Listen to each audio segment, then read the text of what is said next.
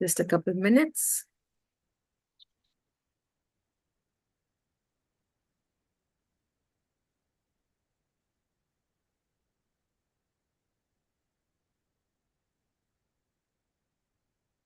Right.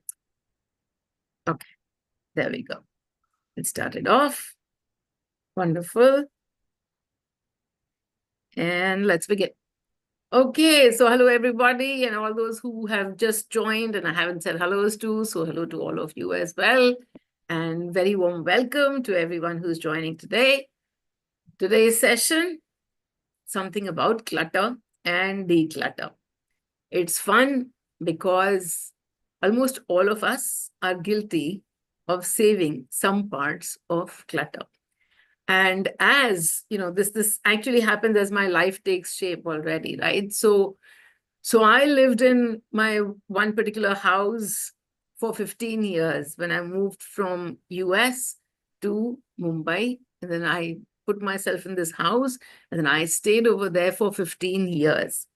It had not happened for quite some time because I was constantly moving. I was a student first. I moved to Singapore, then packed up my suitcases, moved to France, then packed up and moved to London, then packed up and came back to India. Then I had to join a job in the US. So packed up my bags, went to the US. In the US, when I met with Sudhanshu again, I moved within 2 years to get married to Sudhanshu. So it was 2, 3 years. I was constantly looking at stuff and figuring out ye rakhna hai ki nahi rakhna hai, kya karna hai. So nothing was getting collected and I was really operating from efficient spaces. But then after we moved to India, especially to Mumbai, we went and stayed in one particular house for 15 years. And then we moved 2 years ago. But at that time, well, I was so unwell that I couldn't do anything, and people just helped me. Thankfully, people helped me move. And so nothing got sorted out and all, and everything, whatever we had collected for 15 years, simply just moved here. This time, in another 2 years, money gave me another chance to move the house. And now, as I move the house, and I'm starting to put things in this new house has a lot of space, but not not in so many different places that I would want it to. And so now I'm starting to look at everything and say, all right, let's declutter. So I'm looking at declutter in a physical space, but as I was doing so, as I'm looking at things around and things that I've collected, I was even wondering why so much of stuff gets collected. Why do we even collect and why are we not able to give away? So, of course, as always, we are going to look at the energy part of stuff. And this time also to look at the physical part of the stuff. And hopefully this will help you declutter your life, not just in the physical sense, but of course, majorly in the emotional sense. So the one thing that now starting off with the topic. So the one thing that I found was majorly a part of cluttering up was attachment. Attachment to things. And we can get attached to anything. Anything. We can get attached to shirts. We can get attached to favorite clips. We can get attached to favorite diaries, journals. We can get attached to diapers. Oh, this is the first diaper my baby wore. We can get attached to anything. And so that becomes the major reason for the collection of that which we later term as clutter. So looking at even in relationships, wherever we find clutter, largely attributable to our attachment. Even our relationships become so complex when they are about the other. They're not about the self, they're about the other. And then we keep cluttering our mind with thoughts and thoughts. How to make this better for them? How to make this work for them and for me? How to make this happen? And we keep cluttering our thoughts with outside stuff. Maybe if I got a new house, maybe if I got a new car, maybe if I got a new girlfriend, maybe if I got a new wife, things would be better, things would be different. And so with this, we keep cluttering our lives and moving away from keeping it simple. Now that we know the energy part, we all understand that all of this is to empty our energy field. All the energy, the work that we do is not to, okay, let me get some energy work done so that my money channels can open. Let me get energy work done so that my blockages in relationships can move. As a matter of fact, the large part of getting this work done is just so that you can empty yourself. And that is the space of, oh well, we all know that's the space of enlightenment. When we are able to empty ourselves here and we're able to keep this empty over here. So that enlightened space is clutter free only because the attention is within and the attention is on the energy. What energy am I cluttering up my mind space with? Most of the times, the first energy to hit us is fear. Closely following that, worry. So with the fear and the worry, we are constantly able to clutter our minds with fear of the future, fear for the children, fear for the wife, fear for the anything, fear for the job, fear for the business, fear for everything. We are able to sit in that when we begin to get our thoughts cluttered. So the first thing to do is to step back and to recognize what all are we cluttering itself with? What are we cluttering ourselves with? That is the emotional part. Today, I will keep alternating between the emotional and the physical. So, in the physical space, wherever you are, sometimes at work, sometimes at home, whatever corner or whatever part of the house appeals to you to go look at first. Okay, simply try doing this. Take a very small, we don't want to change the whole house. Most of the times when we begin with such large ambitions, we don't move anywhere. So one step at a time, just as I speak in the energy world, only one step at a time, money shows us one step at a time. And so today, even in the physical space, we're going to approach just a very small, tiny little corner of our house or our workspace or whatever it is. But wherever you think it's feeling very heavy, the house is feeling heavy, or the corner is feeling heavy, just put your gaze on that part of the house. Just put a gaze on it and see what all belongs, what all you've put over there, what all belongs, and what all is seeming like it doesn't belong.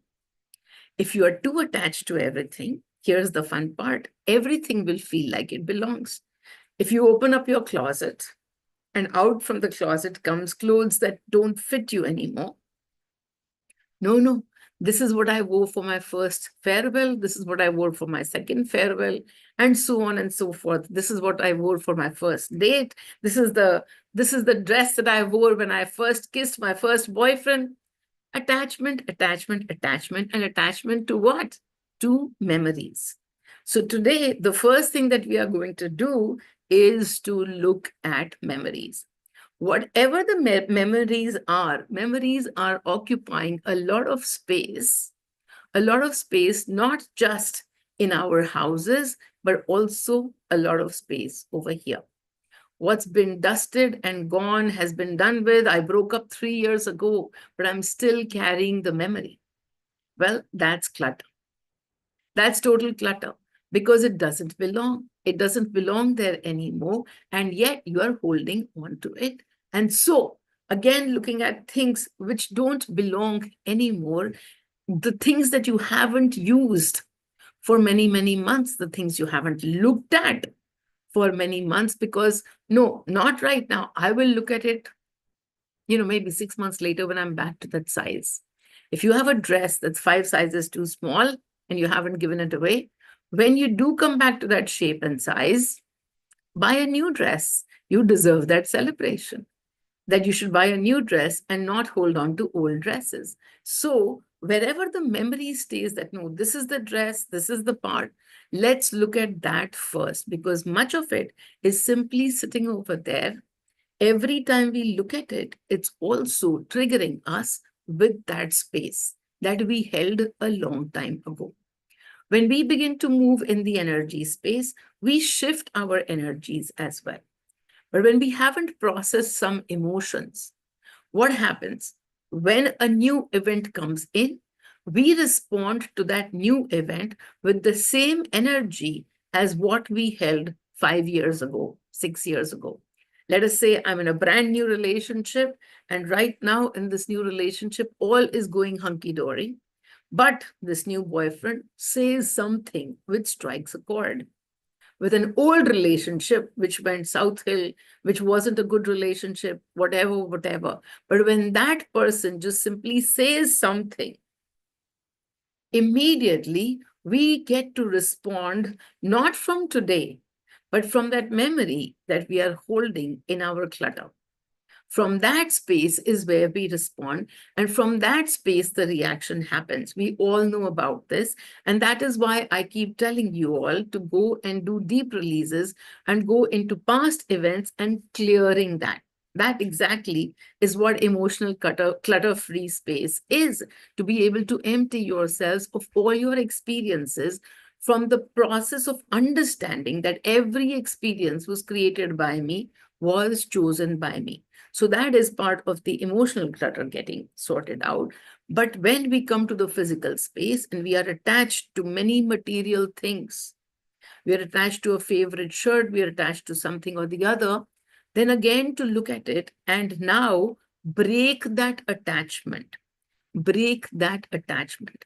For the unknown people or something, attachment has links to hurt, has links to expectations. And so, whatever your expectations are from that piece of material stuff, take a look at that expectation.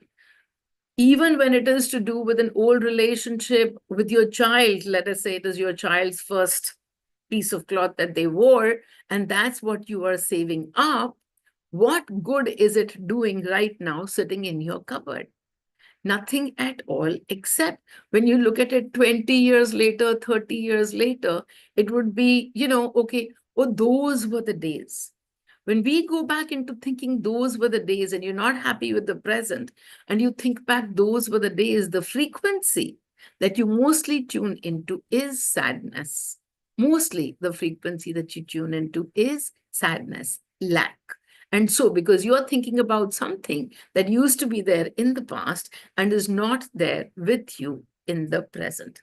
And so, all of the clutter space that you have around you in the physical, go look at it from the attachment perspective and see whether you can break the attachment.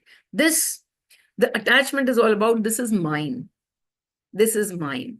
And then now that when you sit in the energy space, you can look at everything and come with the place of it gave me joy.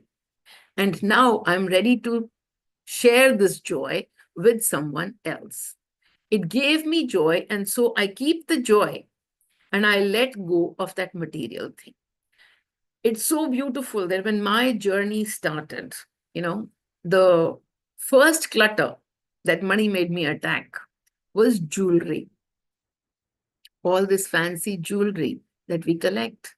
We get sets made and we have gold and we have silver and all of that stuff. And the only way that he told me to get rid of it was carry a piece of it in your bag. And when I tell you, give it away to someone. I didn't realize it then that what he was doing for me was actually helping me reduce, release my attachment, and therefore get rid of the clutter, the emotional clutter. When he would say, okay, take a look at this piece, and I would look at it and it's really, really beautiful, and it's really been one of my favorite pieces, and now I have to give it away. I first had to look at it and let it go with blessings. So I had to come to equanimity before coming to reducing any clutter. Equanimity, whether it stays with me or it doesn't stay with me, I am I am the creator of joy. This is simply a tool that created joy for me, but I am truly the creator of joy. Oh, I look so beautiful in this sari. Well, everything I am beautiful. So everything that I will wear, I will look beautiful in. So I separate myself from those tools of attachment. And so when those jewelry pieces went away, Firstly, the one was stolen from me. And you all have heard of that story, how one of my maids actually took that piece. And I was so attached to that piece that it gave me grief.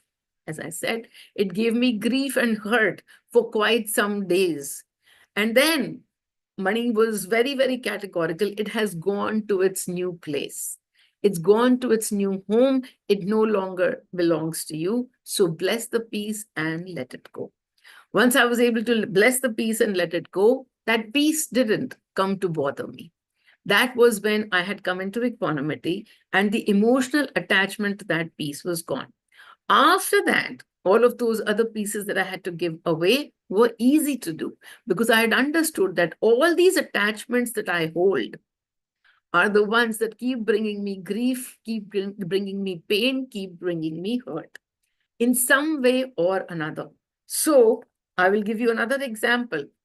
Money also told me, well, somewhere along the way, and many of you have seen pictures of that, he told me to get rid of my hair, get rid of the hair. And then I was so totally attached to my hair that I didn't even understand why I had to get rid of the hair. And he says, no, you have so many attachments in life that you can't even figure out how many there are. There are attachments to smallest of things and attachment to the biggest of things. And you're so attached to your hair. So when your hair falls, as each and every part of it is tonsured and shed, as that falls, it will actually release the attachments, so many of the known attachments and so many of the unknown attachments. Again, what money was doing over there for me was releasing the emotional clutter, helping me let go of my attachments to material. And over here, the material was hair. It's come back and it's here, and money hasn't told me to tonsure it yet. But this time, I'm not so attached to what the hair is like. I color it any color. I know that it's all white. And so, well, right now also, many people might have noticed that it's a very different color from what it has always been for the last few years. But that's how it is, that each of these things, when done without attachment, will give us joy. But when done with attachment, if you're so attached to hair, and when the hair starts to fall, oh my God, that gives people so much trauma because they are so attached to their hair and they do everything to save it, not recognizing that this is causing them so much of emotional distress. So much of stuff is collecting over here in terms of fear and worry about the hair when you're constantly looking at, oh my God, what to do, how to save it, how to not let it go. So clutter is all about what you haven't let go, what you haven't let go. So in your mind space, in your heart space, and in your home space, start with a tiny little corner and start to address that which you haven't let go. When I look at the house, much of the stuff that is in the house is related to memories. And once it comes in and I create memories with it, it becomes very difficult for me to let it go, to not be with it. Oh, this is still functional. This can still do. I can still put it somewhere in the house. And I become attached to making use of everything that I've collected over the years. How about letting it go and letting somebody else use it? Many of us give away things when they're on their last leg, hardly usable. And so this time, when you're shedding something in the house, take a look at some of the new stuff. I love it that Sudhanshu, if he hasn't worn something for 6 months, no matter how new that piece of cloth is, he will let it go. If I haven't worn it, somebody else can enjoy it. When we can't let it go, it's because we are attached. Again, now this time, what are we attached to? We are attached to the monetary value of it. Oh, I spent so much money on it, and I haven't still used it to the fullest. I need to take out every pie of it, and only then will I let it go. Again, the whole point is attachment. In the meanwhile, if that thing, let us say it is a computer, and you're holding on to it because, it's been a long time, but You still want to use this computer and you have 2 more saved up, then what are you going to do about that computer that you have saved up? I would say now is the time to give it away. Now is the time to give it away to someone who can use it and make a better use of it. Some electronic equipment. Oh my God, it was so amazing. I opened the cupboards and I came up with 2 cameras. I can't remember the last time I used the camera, but I had 2 of them sitting someplace. And so, of course, all of this is simply clutter. It has only this value that, oh my God, no, I spent so much money on it. We buy clothes, we buy new clothes, and then we don't even wear them. But we have them staying in our space. Why? Because it was so expensive. It was so expensive. So now the attachment is to the value that you actually spent. If you wore it once or twice and you enjoyed it already, and you know that you're not going to be wearing it for the next 3 years, give it away. When it is time for you to buy a new one, you will be happier buying something new when time comes to wear something in next 3 years. But all of this stuff that you're adding around you, the stuff that is actually in the physical, also demands attention, because that is adding to the clutter in the emotional space as well. All of these attachments, Mani was right in saying that, you don't even realize how many attachments you have. And that is why shed something that is so dear to you. And he chose this for me, the hair. But he says, choose something that is so dear to you that you will be actually then from that place able to shed many more things with ease and grace. So not just simple, I don't say that you have to live simple. You just have to be keeping this simple. That's all. We can have all the extravagance around us. We can go buy more. We can enjoy the new purchases. But all that I'm asking you to do is take a look at what all you are stocking up. Stocking up also comes, I'm giving you various reasons. The last was attachment. Stocking up also comes from a lot of lack. When I need it next, when I need to go buy something, it's not going to be available to me. It happens, most of the time for people when they're even looking at buying their homes, they're stocking up on their home. Let me buy the property right now, because when I'm ready to buy later, it's not going to be available to me at this price. Again, the same thing, attachment to a value of a property, and then cluttering up your portfolio with so much more than you need. So this particular webinar is all about keeping this space empty. That is what the goal is. It's not about letting go of your kingdom. We don't have to be Buddhas. We don't have to leave home and go sit under trees. We've already done that before. Yep, we are the ones who did it before. We are the ones who created that space for ourselves before by letting go of everything in physicality per force. We have ease and grace with us now. And so we can consciously look at stuff and consciously start to declutter. That's all that I have on the topic today. Anybody wants to talk to me about what they find difficult in decluttering, or if anybody needs some suggestions, or anybody wants to say, no, this is not the right webinar for me, then I want to listen to all the comments. So tell me something that you wish to experience with me, share with me, question me on this clutter, declutter. All good? Nobody has any questions? Okay, then. All good. Okay. Why to declutter? Again, why to declutter? All of these reasons that if we are here to empty ourselves and the energies, what is the point of keeping so much out here? Out here. What is the point of keeping so much out here that we are not using? If you're using it, there is absolutely no need to let it go. I'm not saying that you cannot have 100 dresses or 100 saris or whatever. You're using it, you're wearing them all the time, and maybe not in 6 months, in a year. This is not a forceful thing, but you will actually see. Again, an instance comes to me, how money made me declutter when I quit my banking job. Actually, so I was just talking about how jewelry was the first thing. And then the second thing was saris. Saris. I used to work in the bank, and I used to wear saris every day. So no matter where I went, I would even pick up saris. I had about 400 odd saris.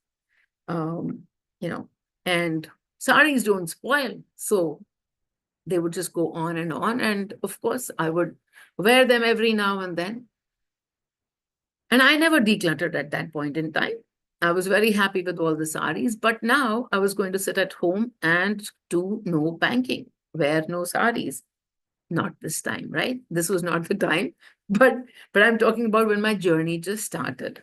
So when my journey started, I was simply going to sit at home, and that's all the direction there was. I'd sit and do journal writing. Just write journals every single day. And so the one thing that Mani told me was, all your saris, about 350, 400 of them, he said, you can only keep 20. You can only keep 20, and the rest have to go. And it took me so long to recognize that actually I didn't want to keep any of those bhari kanjivarams because I had only worn them once in 5 years. I didn't want to keep the expensive saris that I had carried with me, lugged with me from one place to another, because, oh, these were the saris I got, when I got married, and these are the saris, because I was not wearing them. The saris that were the most favorite to me were the ones that I was wearing at work a little bit more. And so it was so beautiful that the saris that costed 20, 25,000 actually got given away. And the ones that I kept were the ones that were, that was really, really my favorites, because I would wear them all the time. And so with that understanding, even at that time, the declutter happened. The declutter happened. Oh, just give me a second.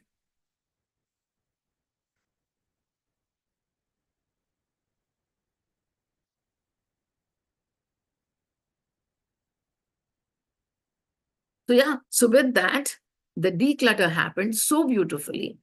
And he even told me a way. So I got all the saris ready, and I got them nicely washed and dry cleaned and everything. And I put them in beautiful packaging. Like, I got these nice plastic bags to pack them up. And I kept them by the door side. I kept them by the door side. Whenever somebody would come, anybody from a courier, anybody, the courier boy, the postman, the dhobi, whoever would come, every time somebody new would come, I would ask them, do you have a woman at home who wears a sari or wears a suit? And, the answer to one of those would be yes. And I would ask, like, which one, sari or suit? And then I would just pick up whatever came in my hand, not even looking at the value of it, not looking at, I would just pick the one on the top and hand it over to them, saying, okay, this is the sari, and you can get it converted into a suit, or this is the sari, and she can keep wearing it as a sari. And the 400 saris went like this. It was so easy that once you are not putting your mind to who should it go to, oh, I should give to this one, but this one I already gave to, this one shouldn't get so much, I don't know this person. When you are done with all of that stuff, it is so easy to let go of whatever you have. There is no holding on to stuff. Whoever it is going to is the right person. There you go. Okay. So somebody says, Yayati says, sometimes when I declutter or clean, I feel so relaxed and declutter mentally. That's exactly what it is. I feel my work is to accept my powerlessness, that I can't help declutter. The house is mostly governed by rules of my parents, and they don't like to declutter at all. I completely want to declutter. So working on wholeness for it, how beautiful. Just sharing the opposite experience related to decluttering. let's let's again underline that part, the powerlessness. The powerlessness that you are unable to do something. Well, actually, you still have your stuff around. You have a wardrobe. And that's all. That's why I said we don't start with the house. We just start with a little corner. So you start with your little corner. Whatever is your little corner, if it's already decluttered, wonderful. This is your space. And this is where it corresponds to over here. The rest of the house, if it doesn't belong to, for example, I mean, you know, that area might be different for different people, but still there will always be a part that we can't declutter. For example, I can declutter my space, I cannot declutter the building. Now you take that ratio and you bring it to yourself. You can declutter your space and you can't declutter the house. So that's okay. But yes, right here, see, the emotion that you didn't declutter is your powerlessness. So the powerlessness is that clutter which we are holding over here. So let go of the power. Whatever you're meant to do in your space, the outside space is so limited and it's physical, and that's okay if you have decluttered your part. But no, now it doesn't stop there. You are saying that decluttering or not being able to declutter actually produces this emotion in you. So that emotion is cluttering up a little bit over here. That is the first important part to clear. And then you declutter your office. You declutter your documents. You declutter your computer. That's it. I never get around to decluttering my phones. My phones, I have the WhatsApp on them, and I have a setting that I want to see whatever everybody is sending. So everybody's pictures and everything gets stored over here. And it's so funny because once the phone's memory is full, I just simply keep it to the side. When people will say, oh, do you have a phone? Do you have a spare phone or whatever? I just give away that phone to them. And I never take off the pictures from there. I don't even know what all has gone with it. It's just gone with it. It's done with, it's finished. So I actually keep giving away my next phone, because I'm never able to declutter from the phone at all. So fun.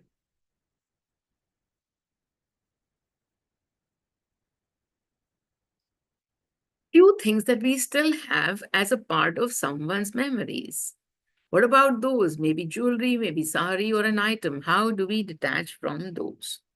The detachment is beautiful because the detachment is all about unconditional love. The memory is about sadness. So somebody gave you a sari and now they are no longer there, or, you know, maybe that moment was special and that moment is no longer there. And so when you look at that moment, firstly recognize what is it that you are feeling. Are you feeling joy or are you feeling sad? If you are feeling joy, well and good, because now the next step is I'm feeling joy because I'm still connected to that space, to that person, irrespective of whether they are here in this body or not. So you are still feeling joy, then all is good. If you are feeling sadness, then you haven't processed the emotion. That's the clutter that first exists over here that needs to go. So you haven't still understood that nobody has left, that whoever is given you that peace or whatever is actually still here. They are here in the energy form, giving you something. It could be also that they are still actually here, as in on the earth itself, and yet they've given you something to keep as a memory, to keep as something. Wear it a couple of times, feel happy about it, and then when you recognize that the work is done, the work, the the joy is there. You've experienced the joy. If you feel like giving it away, give it. If you don't feel like giving it away, it's not forcing yourself. It has to come from a place of joy. So, firstly, the work on us is to bring ourselves to joy. As I said, the first diamond earrings that they were my favorite ones, and somebody stole them. And Mani said, no, they've gone to their new home. Somebody didn't steal them, they've gone to their new home. That time, there was a lot of attachment to those earrings. My mother-in-law had given them to me. There was attachment to them. But when I was able to work on that attachment and say, all earrings, every earring, I look beautiful. And mother-in-law, she gave one thing, but she gave me so many other things also. Okay, fine. So I could let go and not be attached to that specific piece. So from that space, then with happiness, I could be able to give that away. And then after that, of course, all the other jewelry went with ease, because the attachment, once it shows itself to you, that is just attachment. It's attachment creating hurt, creating sadness, creating, oh, those used to be the days. Oh, I miss that person.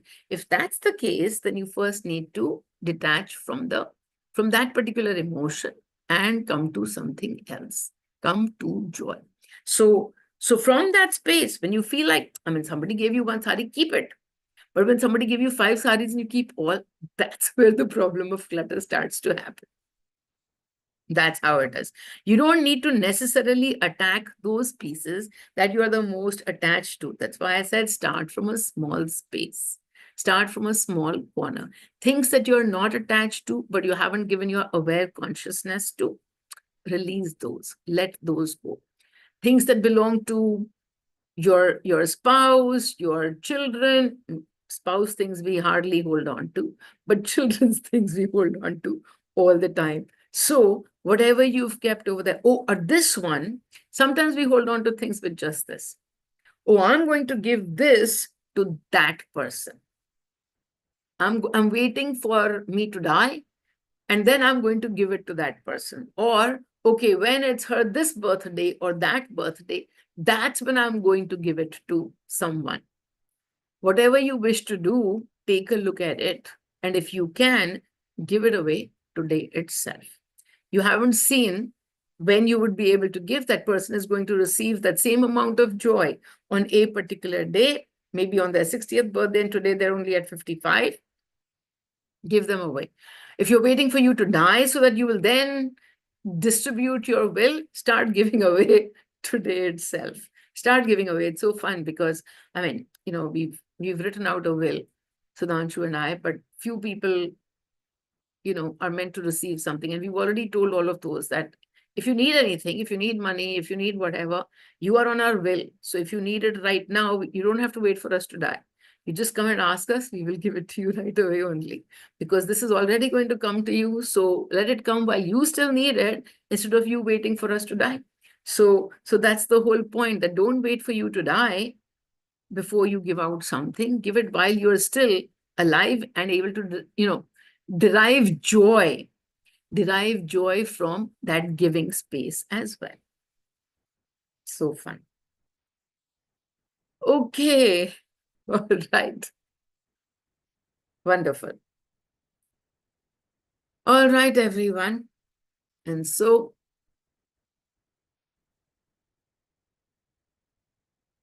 take a deep breath in and exhale.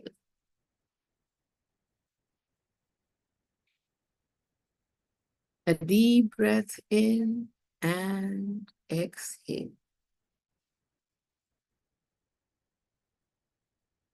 The meditation is not connected to what we were just talking about, but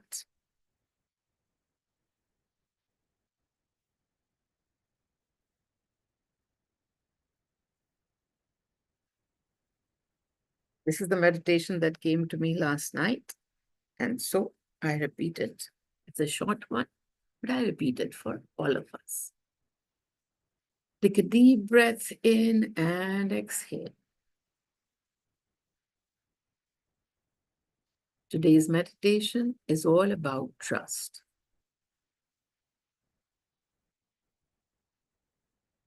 So this one line came to me a couple of days ago. Complain about nothing. Complain of nothing. Complain about nothing. Complain of nothing. Simply trust. Trust yourself.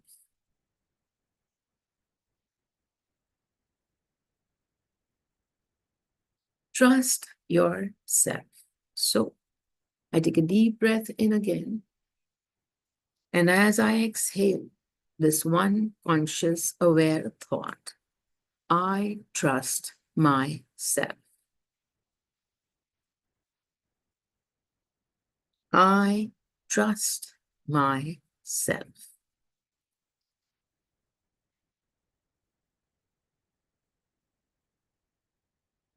I completely trust myself.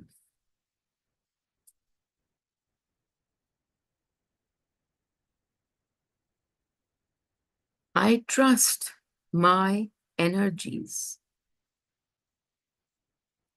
I trust my universe. I trust the way my energies are creating my universe. I trust completely.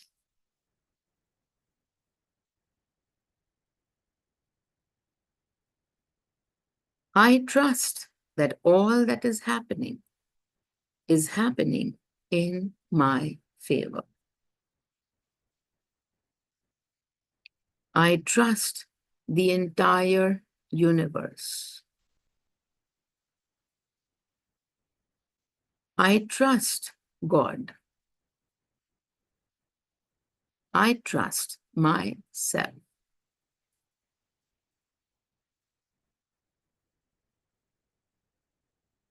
I trust everyone who is coming to me in my universe. I simply trust them.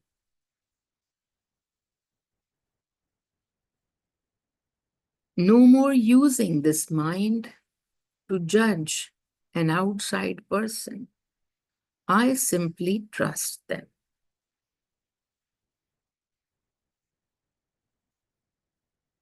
I sit with the knowing that I am that person. And so I trust them.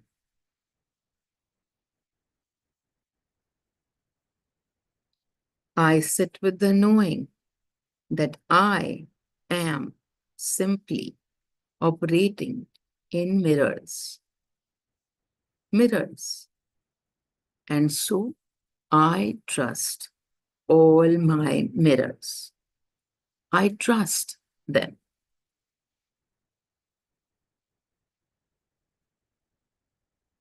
I know that I have a choice every moment to mistrust, and I choose to trust. I trust myself. Every now and then, an outside story pops up and wants me to judge, wants me to play in mistrust. And in this moment, I become aware of the story and I trust myself. And so I trust them.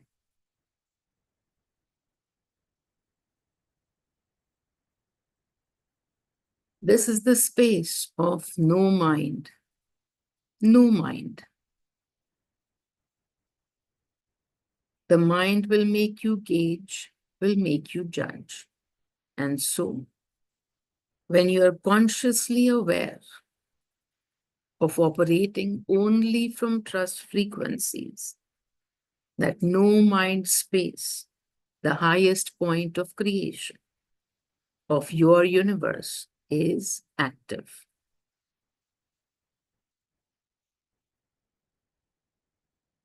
I trust myself fully, completely, unconditionally. No proofs no longer needed. No logic needed. I simply trust myself.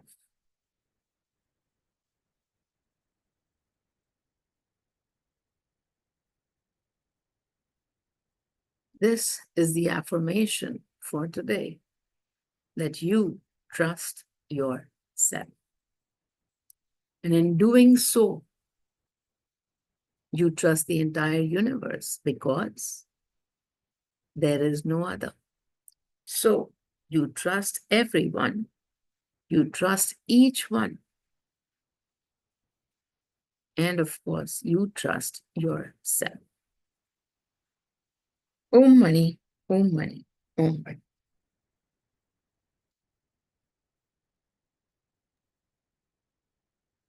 Okay, everyone. Lots and lots of love to all of you. Thank you so much for being here. Thank you Thank you, so Linda. much. Thank you, Thank you Ma. so Take much. care. Love you. God Thank bless. you, mom.